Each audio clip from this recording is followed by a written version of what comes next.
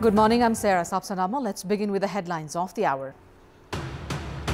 Rashtriya Swatantra Party Chair Ravi Lamichhane to be presented at court today before being transferred to prison in Supreme Cooperative fraud case. Works in final phase for the appointment of new governor. Committee to recommend name today. Experts stress on prioritizing economists as the candidate. Israeli forces kill 43 people in Gaza, 2 in southern Lebanon, issues displacement orders for 5 neighborhoods of Deir al-Bala. And Manchester City misses the chance to go fourth in Premier League table, playing out a goalless draw with rivals Manchester United.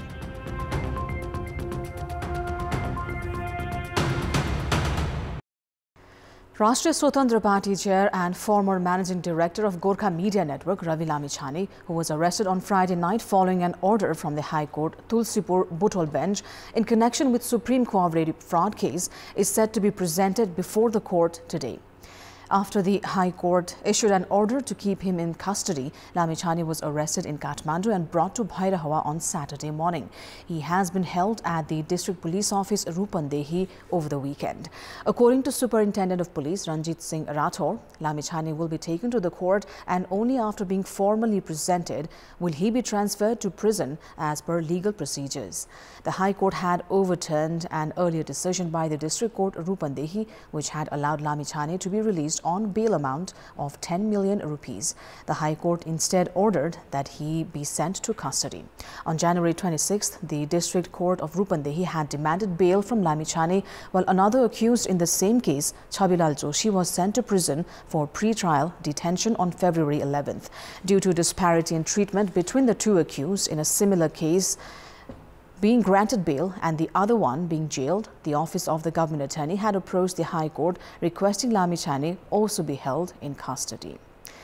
Now, the government has initiated internal preparations to appoint a new governor of Nepal Rashtra Bank. With Mahaprasad Adhikari stepping down from his post, the central bank now awaits the appointment of a new governor. The incoming governor will face the critical task of reviving the current sluggish economy rather than appeasing business groups or political parties. Adhikari was appointed on 6th of April 2020 at the onset of COVID-19 pandemic. In response to the crisis, he introduced a private sector-friendly monetary policy in his first year, which many believe resulted in increased cash flow through working capital loans, refinancing and concessional loans. This led to a surge in consumer spending but depleted foreign exchange reserves at the same time. To address the issue, he implemented import control policies which drew criticism. He was also accused of introducing policies favoring a particular political party after a change in the government. यो पछिल्लो चरणमा जब सरकार परिवर्तन भयो त्यसपछि आएको मौद्रिक नीतिमा लचकता अपेक्षा गरे भन्दा बढ्ता हुन गयो भन्ने देखिएको पनि छ वास्तवमा नि है। अब यो सबै कुरा के होला भने सम्भवतः पहिला चाहिँ टाइट गर्दाखेरि अर्थतन्त्रलाई नकारात्मक प्रभाव पर्या हुनाले अब मैले चाहिँ अलिकति परिवर्तन गरिन भने गाह्रो हुन्छ। Despite interest rates dropping to single digits, credit flow has not improved. Foreign exchange reserves have increased, but the country has not been able to leverage the benefits. The economy remains stagnant and there has been no notable rise in employment, production or entrepreneurship. Analysts say economists should be prioritized for the position of governor this time around. सामान्यतया अर्थशास्त्रको चाहिँ राम्रो ज्ञान भएको व्यवस्थापन गर्न सक्ने अब अहिलेको स्थितिमा तपाई ग्रे लिस्टमा नेपाल परेको छ त्यसलाई 2 वर्षभित्र हटाउनु पर्ने स्थिति छ त्यसलाई चाहिँ हटाएर नेतृत्व लिएर हटाउन सक्ने केन्द्रीय बैंकले देशभित्रको वित्तीय स्थायित्वलाई मध्यनजर राखेर समग्र मुद्रास्फीतिलाई चाहिँ कन्ट्रोलमा राख्न सक्ने र समग्र अर्थतन्त्रलाई अगाडि बढाउन सक्ने व्यक्ति खोजेको छ। The Ministry of Finance and the Central Bank work in close coordination. However, during his tenure, Governor Adhikari struggled to maintain good coordination with former Finance Minister Janardhan Sharma. सरकारी पक्षले दिएको निर्देशनलाई राष्ट्र बैंक ऐनको परिभित्र पर्छ कि पर्दैन र त्यसले चाहिँ अर्थतन्त्रलाई के प्रभाव पार्छ भनेर एसेस गरेर यदि तलमाथि पर्ने रहेछ भने हामी यो गर्न सक्दैनौँ भनेर भन्न सक्ने अठोट र त्यो कुरा सरकारसँग संवाद गर्न सक्ने क्षमता भएको व्यक्ति नहुने हो भनेदेखि हाम्रो अर्थतन्त्र फेरि थप उसमा जान सक्ने सम्भावना रहन्छ जोखिममा। The government recently amended the eligibility criteria for appointments in public bodies under the Ministry of Finance, removing previous age limit of 65 years. This has sparked speculation that someone older than 65 may be considered for the governor's post. Although the position of governor is a political appointment, experts stress that the priority should be given to an economist capable of addressing the nation's current economic stagnation rather than someone pliable to political or business interests. The National Planning Commission has projected that it will take at least 2 to 16 years to complete the under-construction National Pride projects. Based on the investment made so far, the amount allocated over the past 3 years, the Commission has projected that it will take at least 1.5 decades to complete the projects. However, pressure has been mounting to remove projects that have not completed for a long time from the list. The National Planning Commission has divided the Pride projects into 4 categories based on the time and cost of completion. According to this, the Commission has projected that the projects will take 2 to 16 years to complete. Based on the current allocation, it is estimated that the Melamchi water supply project and the Hulaki highway will be completed in 2 years. However, the construction of bridges on the Hulaki highway may take additional time. Likewise, the National Planning Commission has prepared a report stating that the Babai irrigation project, Pushpalal Mid-Hill highway and Rani Jamara Kularia irrigation project will be completed in 4 to 6 years. अहिले हुलाकी चाहिँ राजमार्गको कुरा गर्नु यो first प्रायोरिटीमा पर्छ हाम्रो एनालाइसिसमा अहिले चाँडै सम्पन्न हुनेमा पर्छ कतिपय परियोजनाहरू 20-25 कतिपय खानेपानीहरू 60 वर्षमा सिद्धिन्छन् त्यो सबै एनालाइसिस गरेका छौं अनि त्यो सांसदज्यूहरुसित सब हामीले डिटेलमा चाहिँ उहाँहरुलाई प्रेजेन्टेसन गरेका छौं त्यो हुनाले हामीसित चाहिँ एभिडेन्स छ अहिले त्यो एभिडेन्स चाहिँ मन्त्रालयगत रूपमा ल 60 वर्षमा चाहिँ खानेपानी प्रयोग हुन्न मतलब सम्पन्न हुन्न भने कसरी जाने हामी भनेर उहाँहरुसित छलफल गर्ने हामीले यो भन्दा अगाडिका परियोजनाहरू कस्ता थियो भने वित्तीय चाहिँ उपलब्धि कति भयो अनि त्यसपछि हैन अनि त्यसपछि भौतिक उपलब्धि कति थियो भन्ने हुन्छ हामीले त्यो एनालाइसिस गरेका छैनौं 11 वटा इन्डिकेटरहरु राखेर त्यसको चाहिँ सबै चाहिँ एनालाइसिस गरेका छौं जसले चाहिँ के गर्छ भन्दा हामीले चाहिँ प्रायोरिटाइजेसन कसरी गर्ने भन्ने कुरा देखाएको छौं Considering the current pace of budget allocation, it will take 12 to 15 years to build the Budi Gandaki hydroelectric project and at least 15 years to construct the East-West electric railway, metro and monorail. As the government has started to work of preparing the budget for the upcoming fiscal year, there has been a demand to focus the budget only on projects that will be completed in the new fiscal year. In discussions held in the Parliamentary Committee, lawmakers have also been demanding the removal of projects that have not been completed for a long time from the list of Pride projects. ती राष्ट्रिय गौरवका योजनामा budget छुट्याउन यो वर्षदेखि चाहिँ केही वर्ष रोके पनि केही फरक हुँदो रहेछ किनभने 30 वर्ष 40 वर्षदेखि चलिराखेका छन् ती खासमा आज राष्ट्रिय गौरवका योजना छैनन् ती चाहिँ जस्तो कुनै सिँचाइ आयोजना छ त्यो सिँचाइ योजना थाल्दाखेरि राष्ट्रिय गौरवको आयोजना थियो जग्गा प्लटिङ भइसक्यो अब सिँचाइ गर्न चाहिँ जग्गा बाँकी पनि छैन तर हामी राष्ट्रिय गौरवका योजना भन्दै अरबौं रकम चाहिँ छुट्याइराखेका हुन्छौं The government has stated that it will focus the budget on result-oriented projects in the coming fiscal year. However, government officials appear to be confused about which projects to cut. It is time now for our segment Public Pulse, where you text us with your opinion.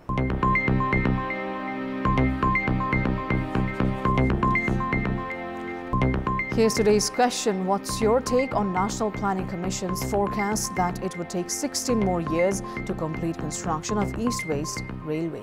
Your options are A, possible if resources are secured, B, reality of development works, and C, improve the work performance. The voting is on. Type NEWS, select your option A, B or C and send it to 34001 to share your opinion with us. Senior journalist and author Bhairav Rizal has passed away at the age of 97. He died at 9 p.m. last night at Frontline Hospital in the capital. Rizal, who had pledged to donate his body after death, will have his remains kept at the Patan Academy of Health Sciences.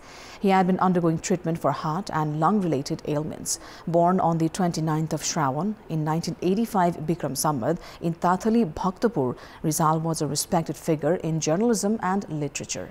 He was the recipient of various awards, including those related to human rights, Jagadamba Shri Award, and environmental conservation. Rizal hosted the long-running radio series Ohile Bajeka Palama. A leftist thinker, he ran as a candidate from Bhaktapur, representing the Nepal Workers and Peasants Party in the 1991 general elections. Rizal had dedicated much of his life to journalism and social service, serving for many years at Rashtriya Samachar Samiti RSS, Nepal's national news agency. His notable publications include Sadhulai Suli, Jail Diary, Lokni Swasni, Kehi Mitra Ka Chithi, and Bhairav Dai. He was also a witness to serving of the Kalapani, Lipulek and Limpiadhura regions.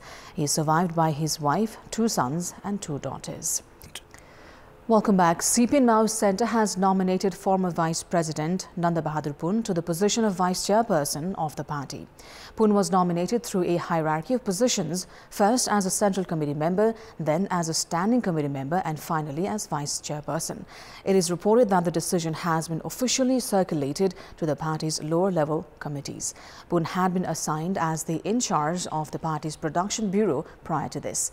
He had been attending party meetings as an invited leader. Pun served as the Vice President of Nepal for 2 consecutive terms.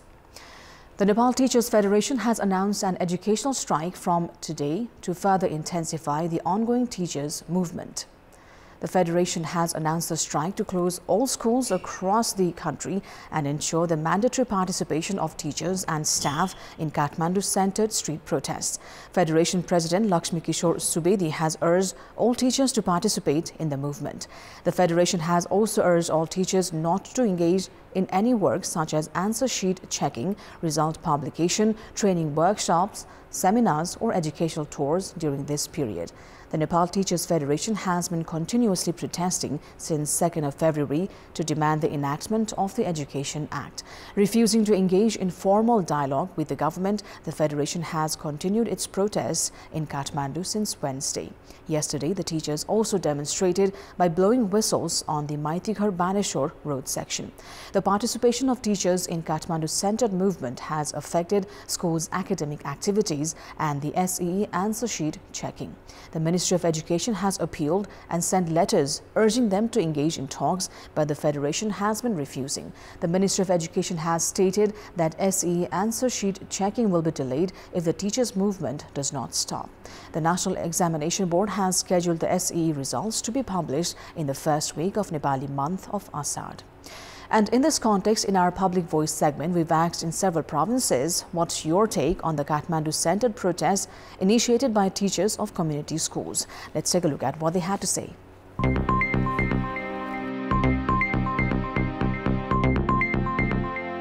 सरकारले पनि सुनिदिनु पर्ने हुन्छ शिक्षकहरूको मागहरू हैन अब नसक्ने कुराहरूलाई सहमतिको आधारमा गएर अनि त्यसलाई छिटो भन्दा छिटो टुङ्ग्याउनु पर्ने हुन्छ शिक्षा क्षेत्रमा प्रतिकूल असर नहुने गरी र शिक्षकहरूको माग पूरा हुने गरी शिक्षा ऐन ल्याउन जरुरी छ मागहरू पूरा गर्नलाई आन्दोलन नै गर्नुपर्छ काठमाडौँ केन्द्रित नै हुनुपर्छ भन्ने कुरा चाहिँ सरासर मलाई गलत जस्तो लाग्छ शिक्षक जस्तो बौद्धिक मान्छेहरू चाहिँ आन्दोलनमा उत्रिनु भनेको एकदम दुःखदको कुरा हो समय अनुसार चाहिँ शिक्षकको माग पूरा गर्न शिक्षा तत्काल लागू गर्नुपर्ने हुन्छ जिल्लामा बसेर विषयवस्तु उठान गर्दाखेरि कसैले पनि नसिक्ने भएको कारण र केन्द्र काठमाडौँमा गएपछि चाहिँ केन्द्रीय स्तर भएको कारणले शिक्षकहरू जायज माग लिएर आन्दोलनमा छन् शिक्षकले उठाएका कुराहरू पनि पूरा हुनुपर्छ र शिक्षकले चाहिँ अनुशासित पूर्वक चाहिँ आफ्ना एजेन्डाहरू पूरा गर्न लाग्नुपर्छ शिक्षकहरू भनेको एउटा बुद्धिजीवी वर्ग हो एउटा दक्ष जनशक्ति उत्पादन गर्ने साधन हो त्यही भएर उनीहरूका जायज मागहरू सरकारले चाहिँ समयमा सम्बोधन गर्नुपर्छ सरकारले समयमा नै सम्पूर्ण शिक्षकका माग सम्बोधन गरी यथाशीघ्र प्रत्येक शिक्षकहरूलाई आफ्नो ठाउँमा पठाइदिनु हुन म हार्दिक अनुरोध गर्दछु आफ्नो मागका लागि लोकतन्त्रमा यसरी यो ऐन आउनुपर्छ भनेर जुन कुरा राख्नु भएको छ यो ठिक छ शिक्षकहरूको माग चाहिँ सरकारले पूरा गरिदिनु पर्यो आन्दोलन गरेर राखिराख्नु भन्दा वार्ता मार्फत यसको समाधान खोजेर शिक्षकहरूलाई विद्यालयमा गएर पठन पाठन गर्ने वातावरण निर्माण गर्नुपर्छ सरकारले 2028 सालमा आएको शिक्षा हैन अहिलेसम्म लागू हुने दुःखद कुरा हो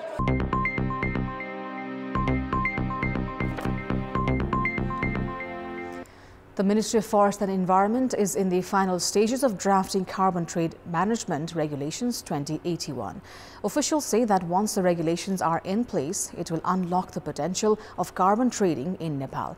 The ministry currently is in discussions with experts and stakeholders, and it also plans to include provisions for private sector participation in carbon trading within these regulations. But what exactly is carbon trading and how can Nepal benefit? We have a report.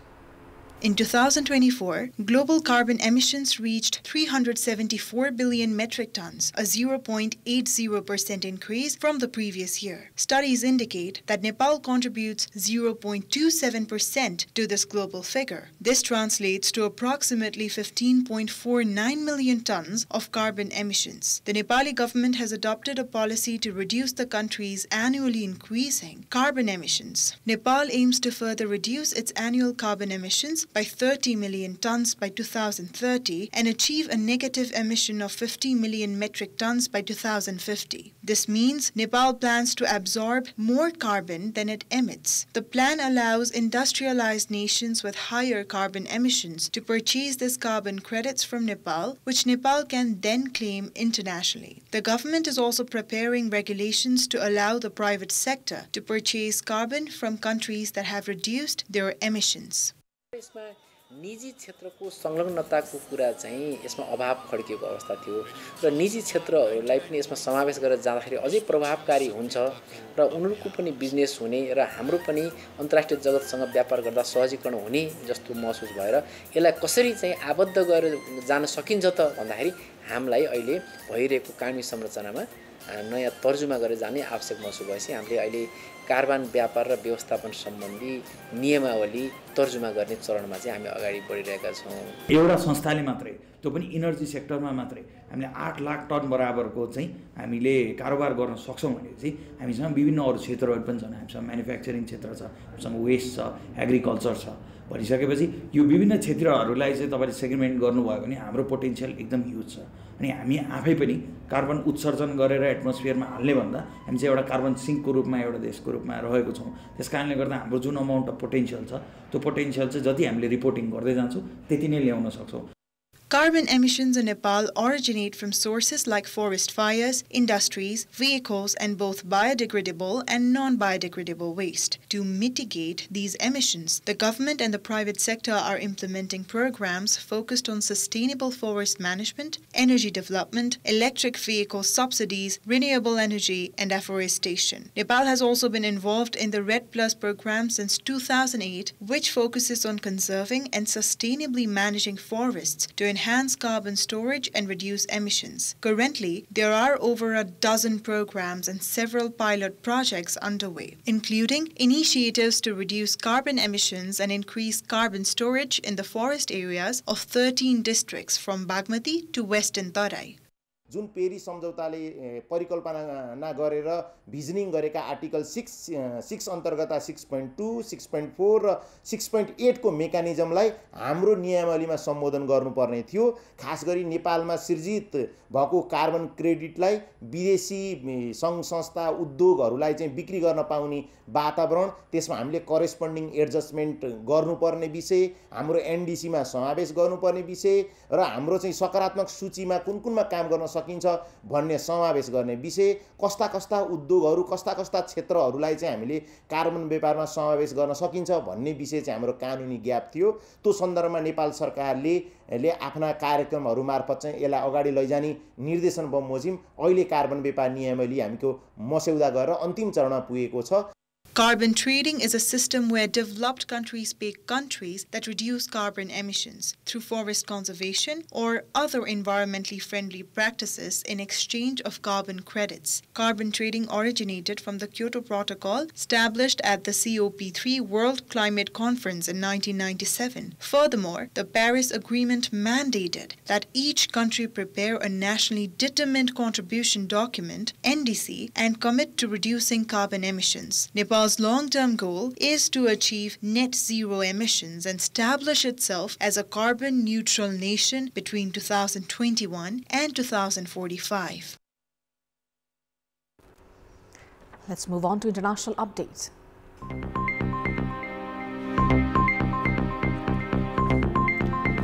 Israeli forces have killed 43 people in Gaza and 2 in southern Lebanon. Meanwhile, an Israeli settler shot dead a Palestinian-American boy in the occupied West Bank. Israel has issued displacement orders for 5 neighborhoods of Deir al-Bala in central Gaza as Prime Minister Benjamin Netanyahu promises a strong response to a rocket attack from the area. U.S. forces have continued bombarding Yemen, killing at least 4 people in the Yemeni capital, Sana'a, according to Houthis. Gaza's health ministry has said at least 50,695 Palestinians are now confirmed dead and 115,338 wounded in Israel's war on Gaza. The government media office updated its death toll to more than 61,700, saying thousands of people missing under the rubble are presumed to be dead.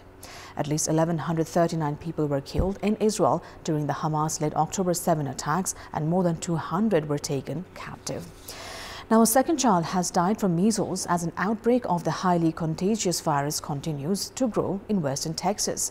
The school-aged child was not vaccinated, had no underlying health conditions, and was in hospital suffering complications from measles. The southern U.S. state has reported more than 480 cases of measles so far this year as of Friday, a jump from 420 earlier in the week. In February, an unvaccinated 6-year-old girl in the local Mennonite community was the first child to die of measles in the U.S. in a decade. The U.S. has recorded more than 600 cases of measles so far this year, nearly 3 times as many as the 285 cases that the Centers for Disease Control and Prevention, CDC, recorded all of last year. Many of this year's cases, nearly all unvaccinated people, are related to the outbreak that began in western Texas. The U.S. declared measles eliminated from the country in the year 2000, but outbreaks have grown since then with a rise in anti-vaccine sentiment. That is all for the moment. Thank you for watching. Bye for now.